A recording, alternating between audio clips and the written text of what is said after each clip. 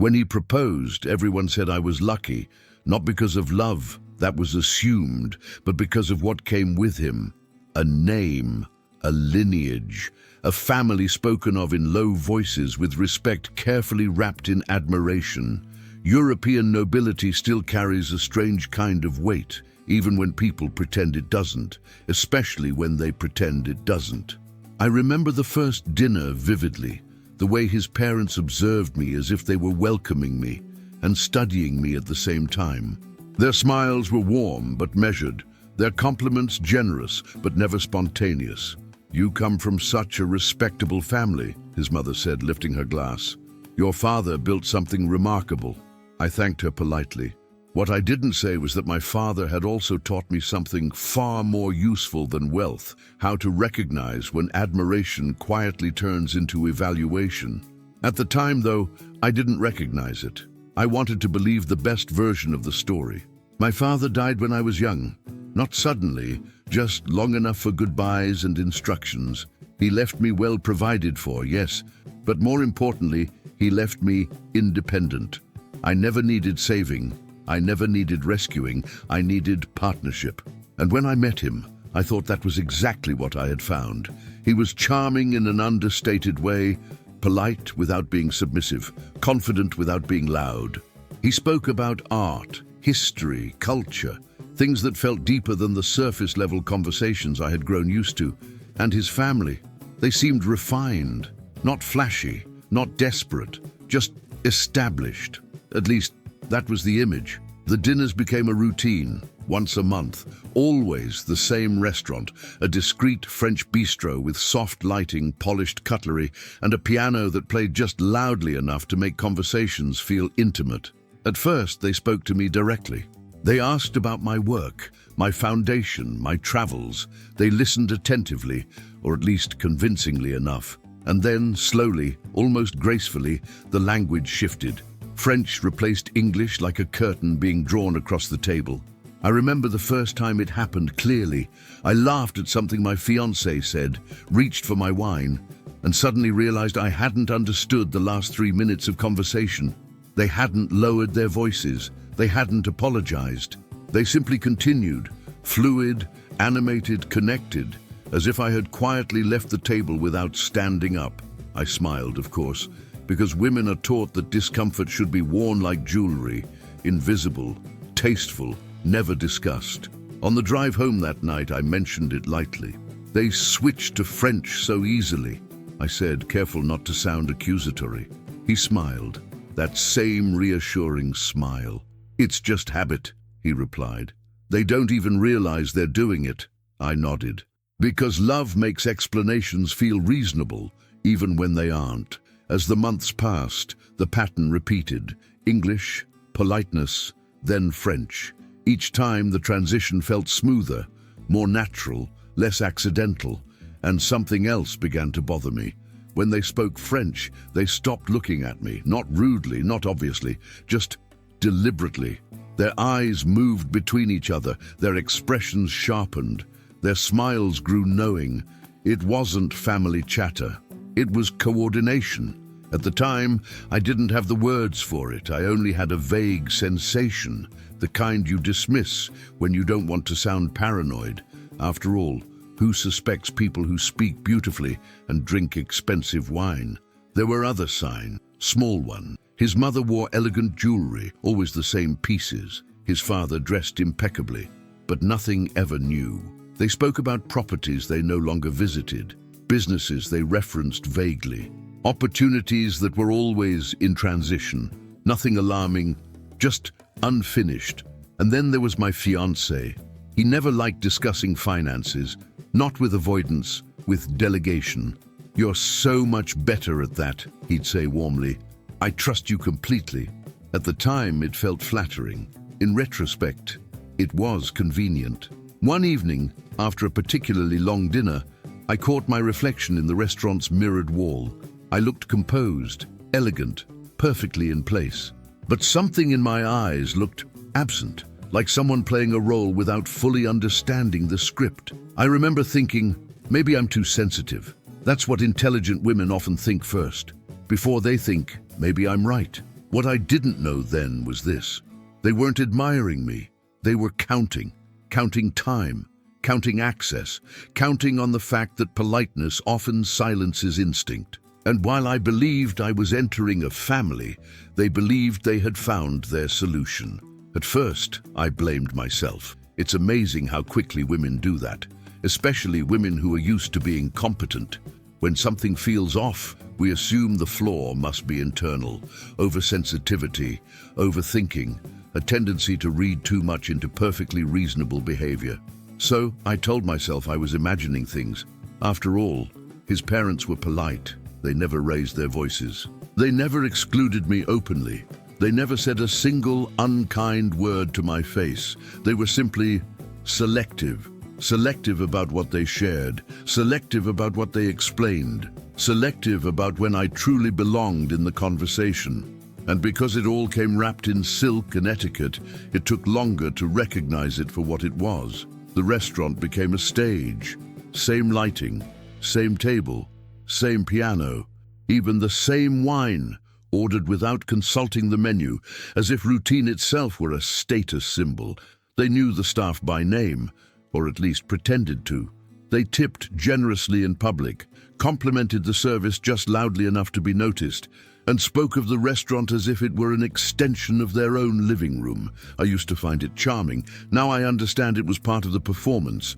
The French conversations began to stretch longer. 5 minutes, 10. Once nearly the entire main course passed without a single word in English. I smiled. I sipped my wine. I nodded at moments that seemed appropriate. Inside, I felt myself shrinking, not emotionally, but socially, reduced to presence without participation. It wasn't humiliation, it was erasure, and erasure is far more elegant than insult. One night, while they were deep in conversation, I caught fragments. Not words, tones. The father's voice sharpened when discussing something specific. The mother's laughter came too quickly, too controlled. My fiancé responded with short affirmations, never leading, never questioning. He wasn't part of the strategy. He was the bridge, and bridges don't ask where the traffic is going. On the drive home, I finally allowed myself a moment of honesty. Do you ever feel like I'm not really there during those dinners? I asked quietly.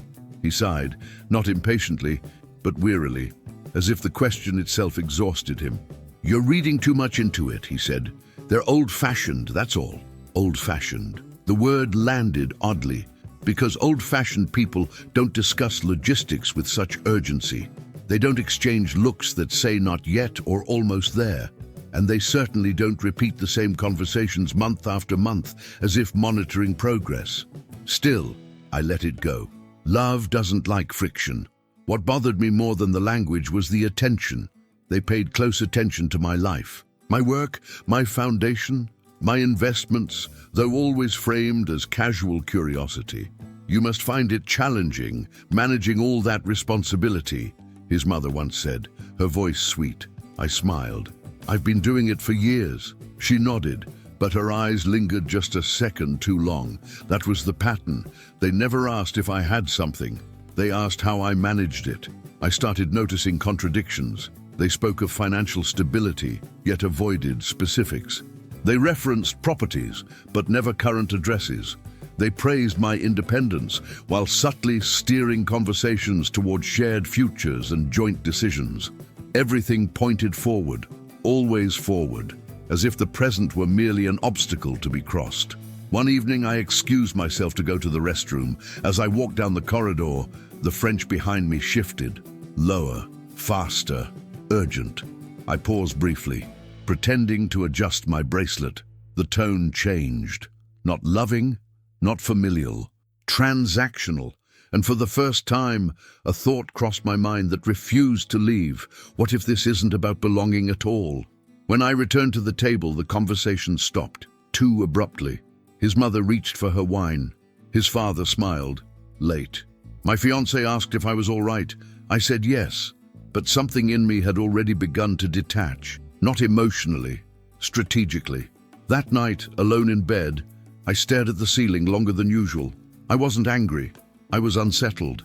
Because I realized something unsettling in return. No one had ever asked me what I wanted from the marriage. They asked about logistics, about timelines, about plans, never about boundaries, never about limits, never about me. I thought of my father then, of the way he used to listen, not to respond, but to understand, of the way he warned me, gently, that the most dangerous people are rarely loud. They don't rush you, he used to say. They make you comfortable. And suddenly, comfort felt suspicious. The next dinner confirmed it, not through words, through impatience. The mother checked her watch twice. The father tapped the table with his finger during the French conversation. My fiancée glanced at me, then away. They weren't enjoying the evening. They were measuring it. I smiled, lifted my glass, and thought, they're not waiting for love to grow. They're waiting for access. And that was the moment, quiet, internal, unremarkable to anyone else, when I stopped asking myself if I was imagining things and started asking what, exactly, I was being prepared for. I noticed her before she noticed me, not because she stood out, quite the opposite. She moved through the restaurant with the quiet efficiency of someone trained to be invisible. Her posture was straight, her gestures precise, her smile polite, but never excessive. She didn't perform warmth. She delivered professionalism, and in a room full of people performing status, that made her different. She served our table often during my lunches, but rarely during the monthly family dinners. When she did appear at night, it was always briefly. Filling a glass, clearing a plate, moving on, but there was something in her eyes when she passed us. Not curiosity, not admiration, recognition.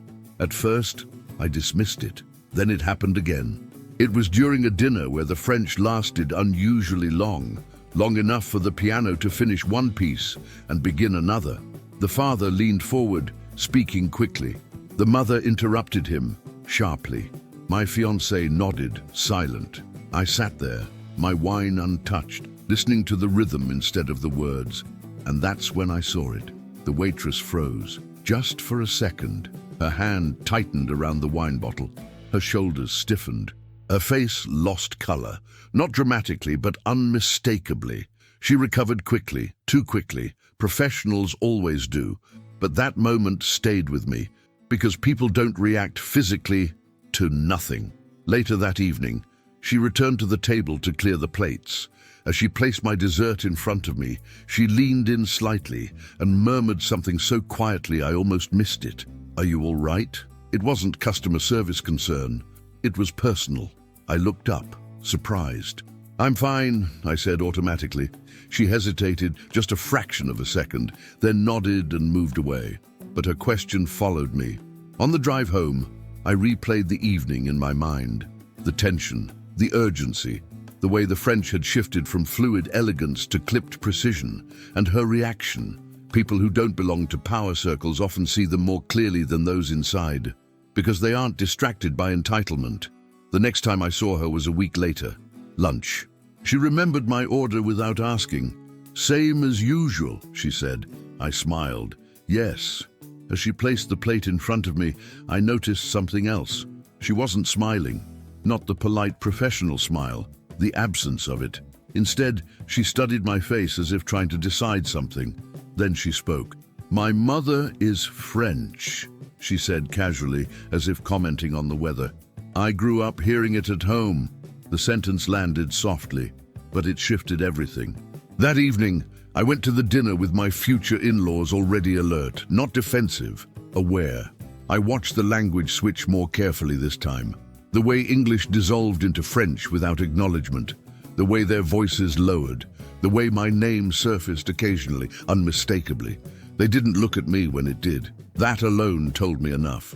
Halfway through the main course, I excused myself. The corridor was dim, lined with black and white photographs of Paris, the kind meant to suggest nostalgia and permanence. As I walked, I felt footsteps behind me. She caught up quickly. Please, she said under her breath, listen to me. I stopped. She looked genuinely nervous now, not frightened, urgent. They're not talking about family, she said. They're talking about timing. My chest tightened. Timing for what? I asked. She swallowed. For after the wedding. I didn't cry. I didn't gasp. I felt something colder and sharper settle into place. What exactly are they saying? I asked. She glanced down the corridor, then back at me. They're discussing documents, power of attorney, how it will be easier once everything is unified. Unified. Such a beautiful word for something so invasive. And my fiancé? I asked. Her hesitation was the answer. He doesn't stop them, she said quietly. For a moment, I leaned against the wall. Not because I was weak, but because I needed stillness. The betrayal wasn't emotional, it was architectural. They weren't breaking something. They were building something around me, and I was meant to step inside willingly. I didn't want to say anything, she continued. It's not my place, but I've seen this before. I looked at her. Seen what? She met my eyes. People who speak beautifully while planning quietly. We returned to the dining room separately. At the table they were laughing. The father raised his glass. The mother smiled with satisfaction. My fiancé reached for my hand. I let him. And in that moment, a strange thought crossed my mind, sharp enough to make me almost smile. They think I don't understand anything. They think I'm still sitting at the table. That night I didn't confront anyone. I didn't accuse. I didn't cry. Instead, I went home and opened my laptop. And for the first time since my father's death, I asked myself a question he would have approved of. If I were on the other side of this situation, what would I do? The answer came easily. I would prepare. Before sleeping, I sent one message to my lawyer. I need a complete review, I wrote. International, quiet, immediate. I closed my phone and turned off the light. The calm that followed surprised me. Not peace, clarity. And clarity, I knew, was something they had not planned for. That night I cried. Not the kind of crying that demands witnesses or sympathy, the quiet kind. The kind that happens when you finally stop pretending you don't see what has been right in front of you. I sat on the edge of the bed, still wearing the dress from dinner, staring at my reflection in the mirror. I looked composed, successful, perfectly untouched. And yet, something in me felt deeply foolish, not because I had trusted them, but because I had defended them, even in my own mind. There is a specific kind of pain that comes with realizing your intelligence wasn't fooled. It was overruled by affection. I remembered every moment I had told myself I was being dramatic, every time I had minimized my discomfort so others could feel comfortable. Women are taught that being easygoing is a virtue. That night, I understood the cost. I thought about my father again, about the way he used to sit in silence before making decisions. Not because he lacked answers, but because he respected consequences. He once told me something that returned with brutal clarity. Never confuse kindness with permission. I had been kind. They had taken it as permission. What hurt the most wasn't the money. Money can be protected, recovered, rebuilt. What hurt was realizing that every shared moment had been filtered through calculation, every compliment, every toast, every conversation about our future. It wasn't romantic planning. It was logistics. For the first time since the engagement, I allowed myself to feel fragile. I questioned my judgment. How had I missed it? And then the more honest question followed. Had I missed it? Or had I chosen not to see it? That answer was harder, because it required responsibility, not guilt. The next morning, I woke up with swollen eyes and an unexpected calm. Not the calm of denial, the calm that arrives after the truth. I showered, dressed, and sat at the kitchen table with my laptop open and my coffee untouched.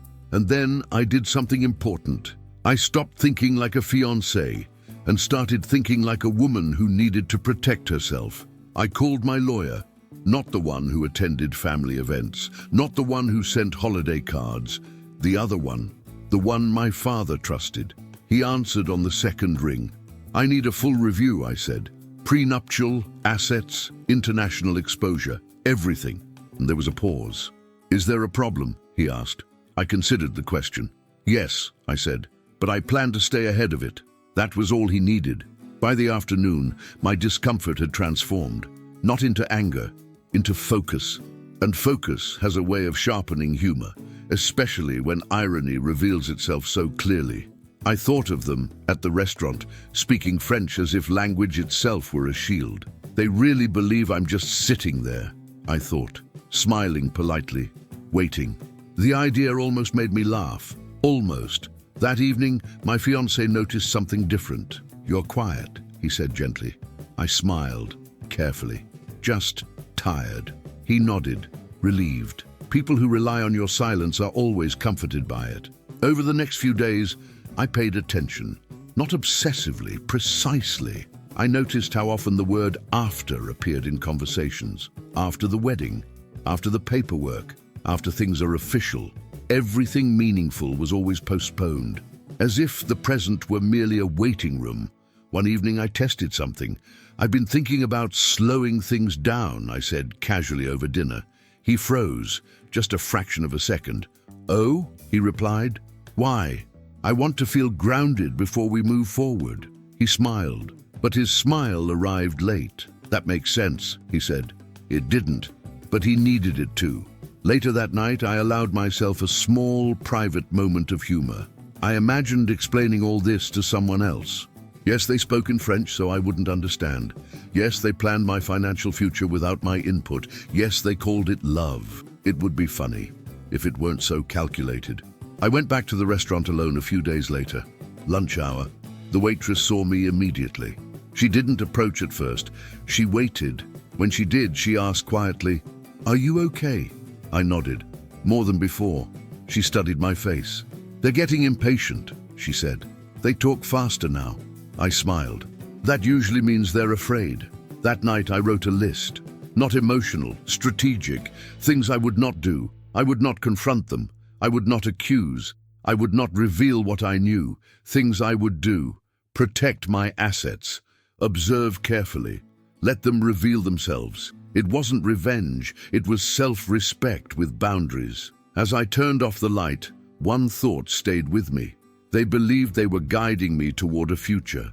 In reality, they were teaching me exactly how to walk away from it. And when I finally did, I wouldn't need to raise my voice. I would simply stop participating.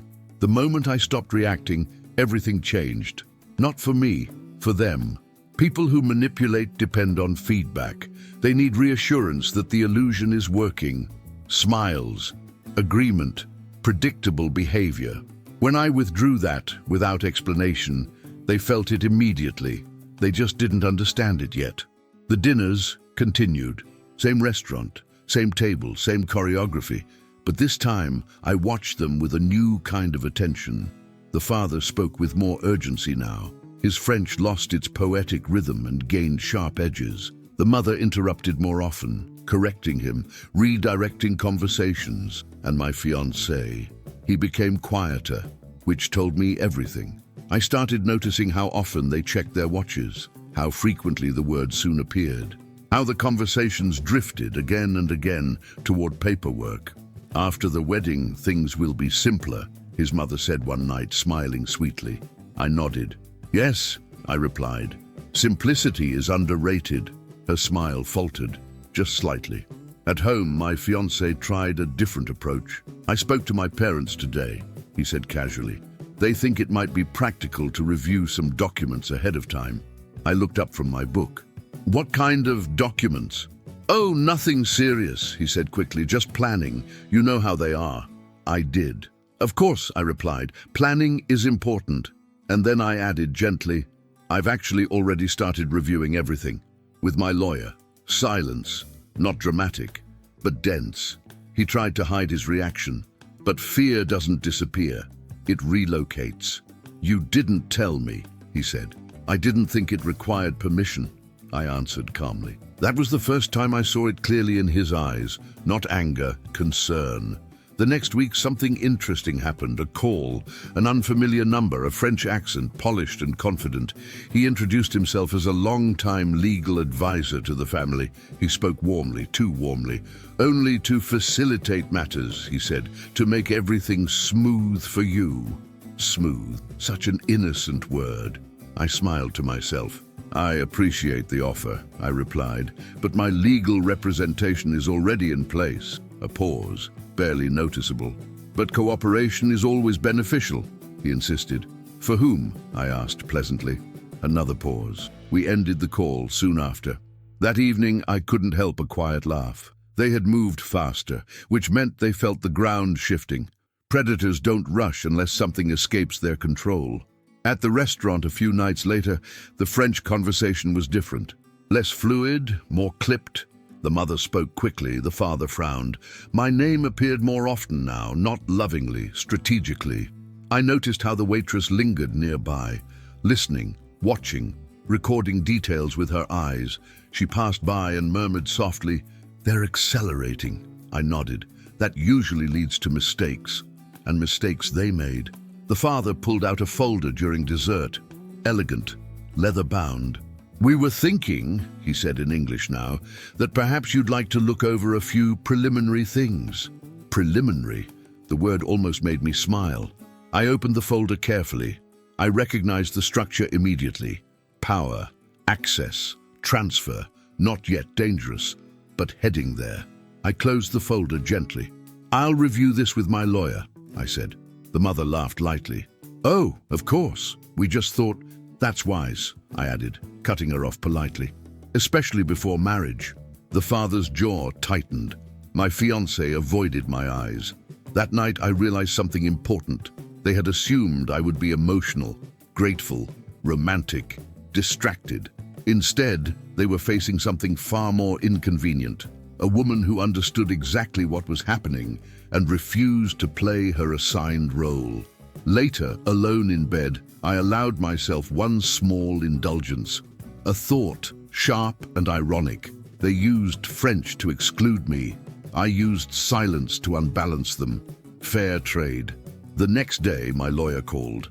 "I've reviewed what you sent," he said. "They're testing boundaries." "I know," I replied.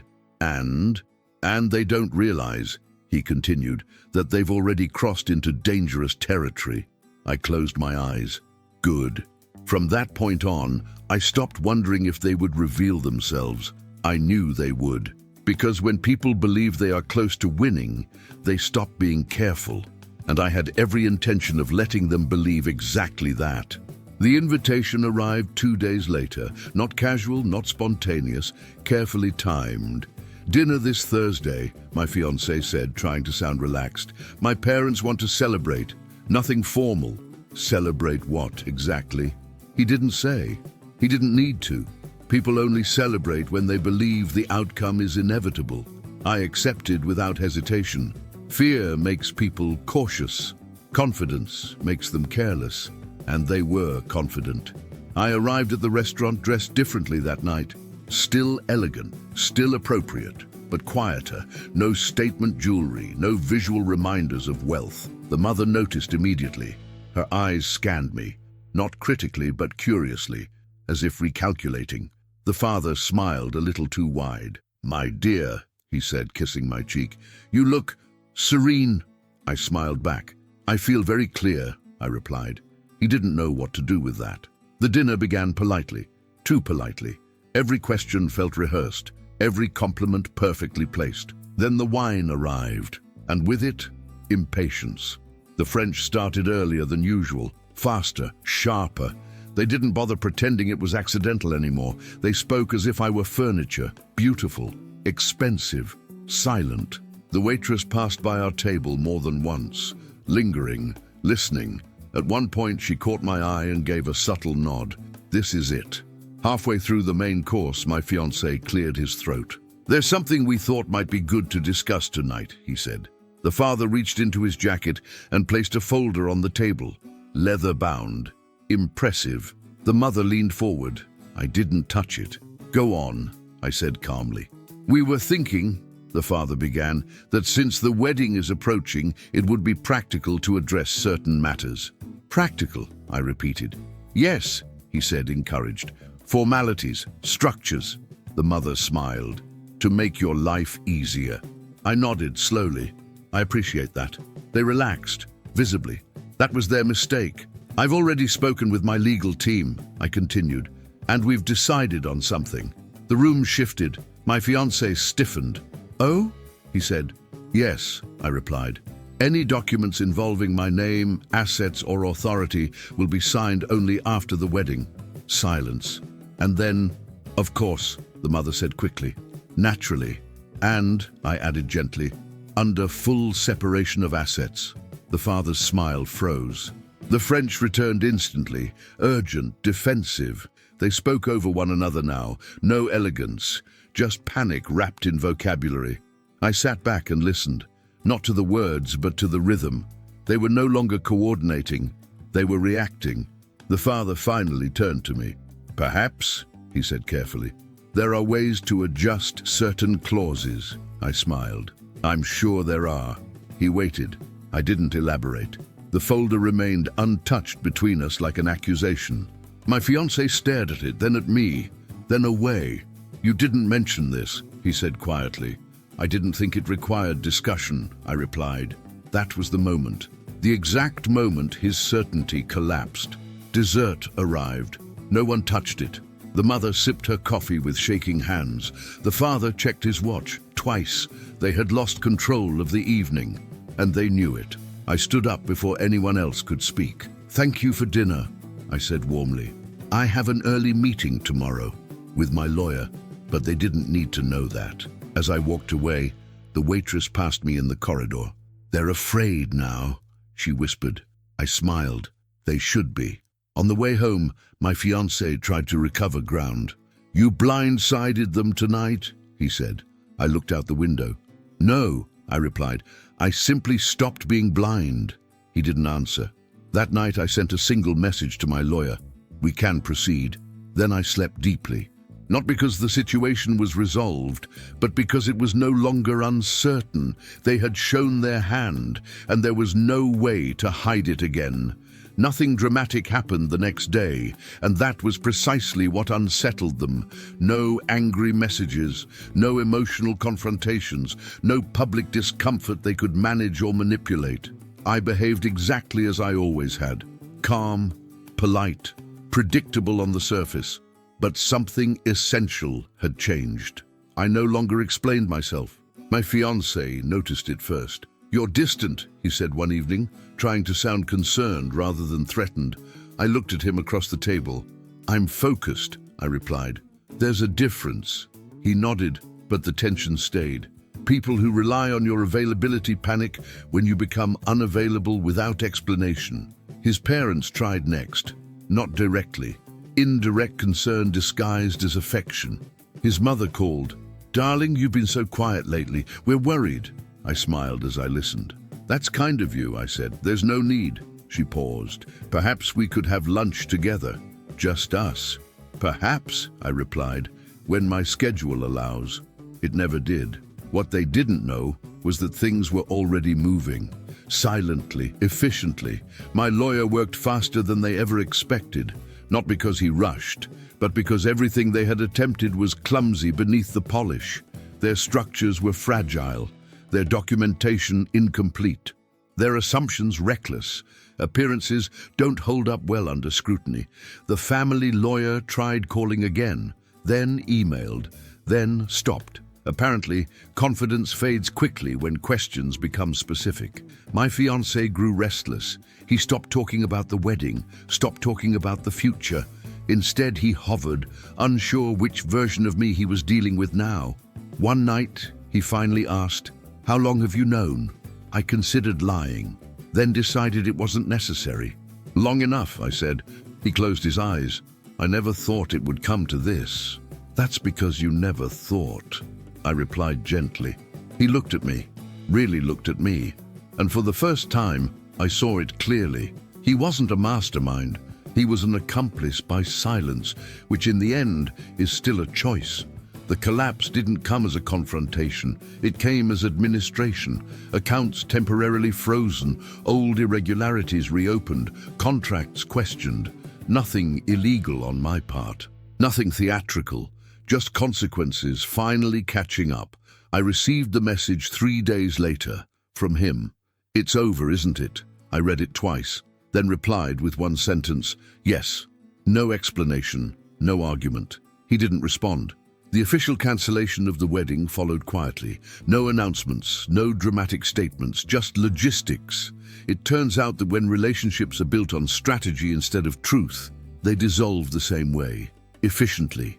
I heard later that his parents had stopped going to the restaurant. Apparently, they preferred places where no one remembered them too clearly. I, on the other hand, returned, alone. The waitress saw me immediately. She smiled, this time without tension. "It ended," she said. "Yes," I replied, "exactly as it should." She hesitated. "They're struggling." I tilted my head. "Struggling financially or morally?" She smiled. "Both." For a moment, I felt something unexpected. Not satisfaction. Relief. Because revenge isn't loud when it's done properly. It's quiet, final. That evening, as I walked home, I reflected on the irony of it all. They believed refinement made them untouchable. That speaking beautifully disguised intention. That politeness replaced consent. In reality, they had underestimated something far more dangerous than anger. Clarity. I wasn't broken by what they tried to do, but I wasn't unchanged either. Trust, once fractured, doesn't return to its original shape. It becomes more selective, more precise, and that, I realized, wasn't a loss, it was evolution. That night, I packed away the dress I had planned to wear to the wedding, not with bitterness, with closure. Some chapters don't need memorials, they just need endings. As I turned off the light, one thought settled calmly in my mind. They had tried to build a future using my silence. I had dismantled it using theirs. And in the end, no one raised their voice, which I decided was the most elegant outcome of all. I didn't rush to replace anything. Not the ring, not the plans, not the idea of what I thought my life was supposed to look like. When something ends the way it did, speed feels disrespectful. Not to them, but to yourself. So I slowed down. The city returned to its normal rhythm quickly. People always do. Weddings are cancelled every day. Engagements end quietly. Only those inside the story ever feel its weight. And yet, for weeks after, I noticed something curious. I was lighter, not relieved in a celebratory way, just unburdened, like someone who finally stopped carrying luggage that was never hers to begin with. I returned to the restaurant one afternoon. Lunch hour, the same piano, the same soft light, the same table in the corner. Only this time I sat alone and entirely present. The waiter asked if I wanted the usual. I smiled. "Yes," I said, "the usual." Some habits don't need to be destroyed. They just need to be reclaimed. I noticed them before they noticed me. His parents had arrived quietly, taking a table farther back. They sat closer together than before. Their movements were restrained, careful. They no longer looked like people performing status. They looked like people managing loss. When his mother finally glanced in my direction, her eyes widened just enough to confirm it. She recognized me, and I recognized something else. Fear. They didn't approach me.